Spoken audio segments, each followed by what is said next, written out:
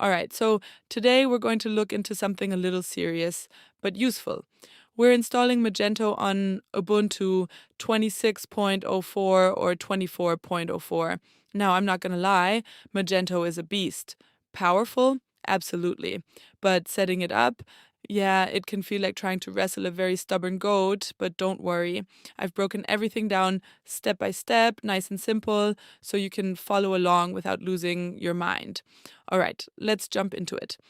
For this tutorial, I'm going to be installing Magento on a Contabo VPS. I like Contabo myself.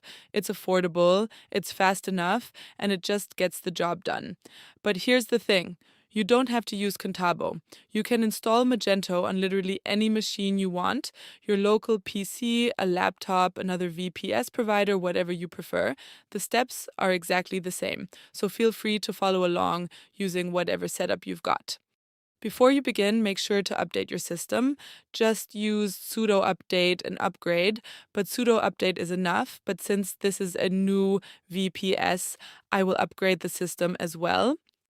To get started, you have to create a new system user. Just run this command. Well, it looks long. For long commands, there is a link in the video description, so just copy and paste them into your terminal. After creating the new user, create a password for the new user. The user is Magento in my case. You can change the username if you want before running the user creation command.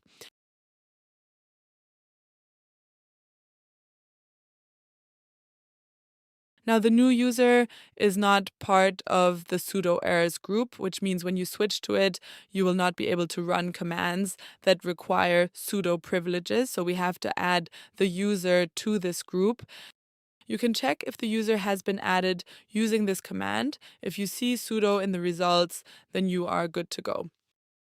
Now you will have to log in and log back in for the new admin rights to start working, but instead of doing that, just run this command. Also, add the www-data user to the Magento group. Without doing this, Magento might throw annoying permission errors. Now let us switch to the new user, Magento. From now onwards, I will be running commands from this user instead of root. Okay, now let us install PHP. Ubuntu 26.04 repositories have PHP 8.4 by default, while Ubuntu 24.04 has PHP 8.3. The VPS I'm running has Ubuntu 24.04, so PHP 8.3 will be installed.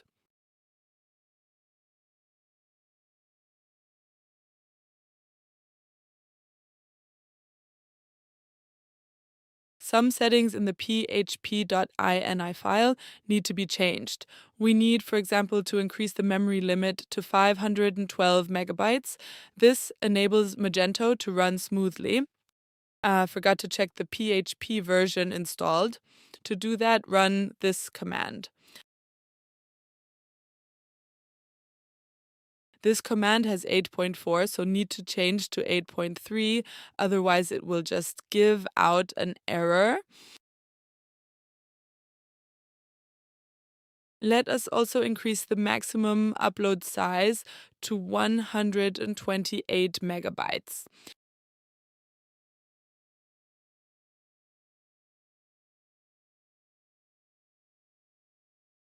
This one just turns on the short open tag.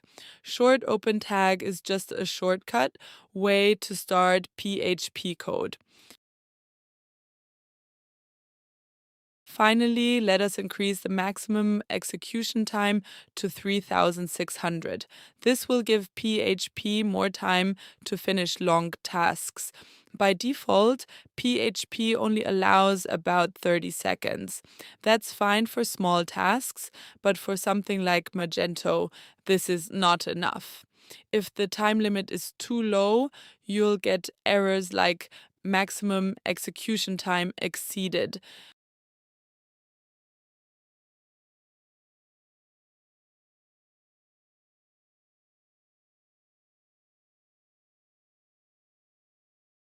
Now run this command and insert the following, then save the file.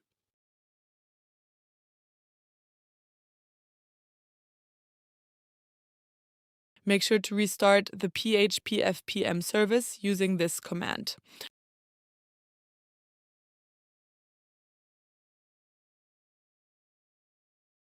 Now we need to install a web server. As you know, Magento is a web application.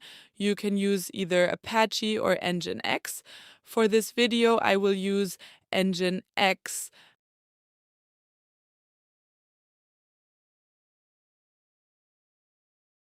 After installing Nginx, we need to create a server block for our Magento website. You have to insert the following into the file. Now, in the file where it says server name, you have to enter your domain name or subdomain name. If you do not have a domain name, you can purchase one from Namecheap. Link is in the video description. You can also enter the IP address of the Ubuntu machine. But if you will use this in a production environment, make sure to use a domain. Next, we need to install OpenSearch. Magento needs a search engine to handle things like product search filters, example price, category, and so on. Also, it is needed in catalog indexing. So this is where OpenSearch comes in.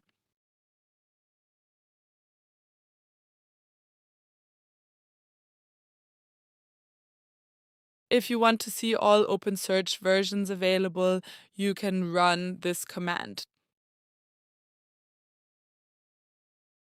Now, this command installs OpenSearch, and make sure to change the password. Use a strong password, otherwise, it will return an error when installing OpenSearch.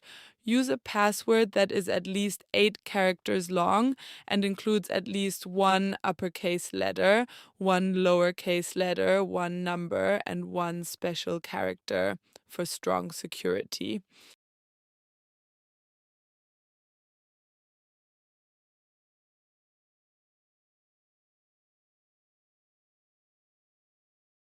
OpenSearch comes with security that is SSL turned on by default, but Magento doesn't expect or use that security setup out of the box. So when Magento tries to talk to OpenSearch, they don't understand each other and connection fails. So we need to turn off the SSL security plugin in OpenSearch so both can communicate normally during setup. Add the line at end of file, then save it. Now enable the OpenSearch service by running this command. You can verify if OpenSearch is running by using this command. If you see this output, then you are good to go. Now run this command to install MySQL server. Magento needs a database to store everything like products, customers, orders, and settings. That database is handled by MySQL or a compatible one like MariaDB. Without MySQL, Magento has nowhere to save data and your store can't function at all. Now let us create a database that Magento will use. Log into MySQL, then run these commands.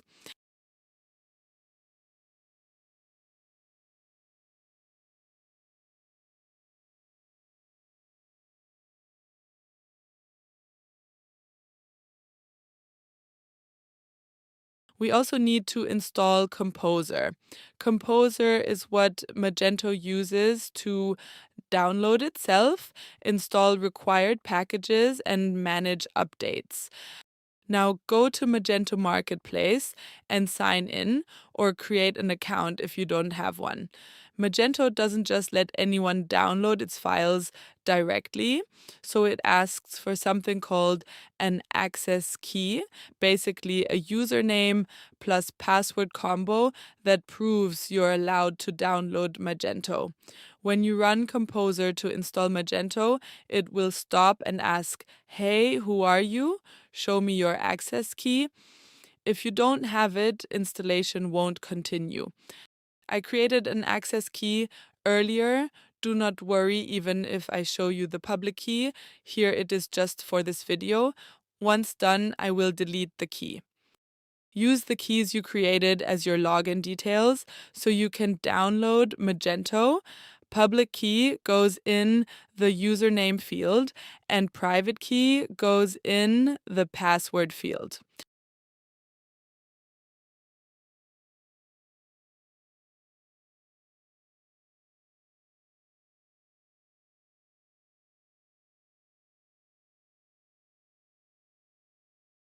Once everything finishes downloading, it means all the Magento files are now on your server. So now you can move on to the next step, actually installing and setting up Magento. Now, before you run this, replace the base URL with your real domain or IP. For the database details, match everything with what you created earlier. For the admin login details, change them to your own. Change the time zone to your own as well. Everything else can stay as is.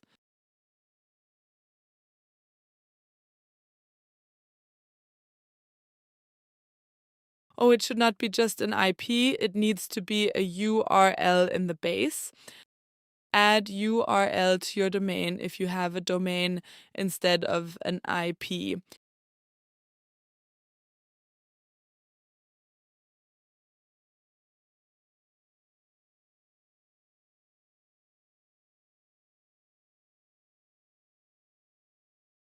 Well, another error. Anyway, when you see this one, run this command.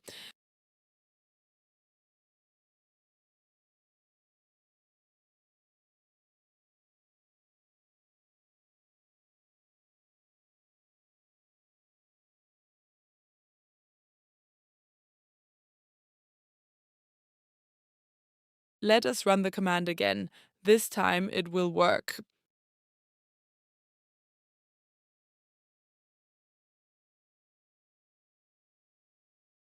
Take note of the admin URL. This is what you will use when accessing the Magento dashboard. Before you log into the Magento admin, that is the backend, you can temporarily turn off two-factor authentication. Magento normally requires an extra login step, like a code on your phone, but during setup, it can slow you down or even block you if it's not configured yet. You can turn it back on once everything is working. Magento is now fully set up and ready to use.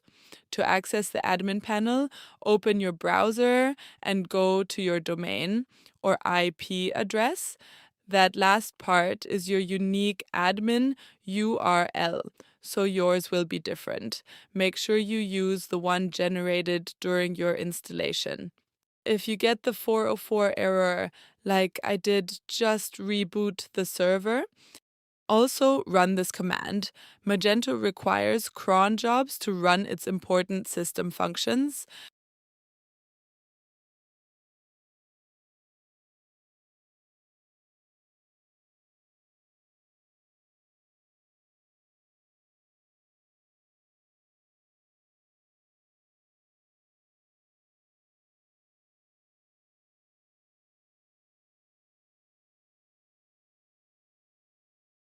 And that's it. You now have Magento up and running on your server. From here, you can start adding products, customizing your store, and basically turning it into a real online business. Now, a quick security note, very important. If you're planning to use this in a production environment, don't stop here. You must install SSL so your site runs on HTTPS. The easiest way is using Let's Encrypt.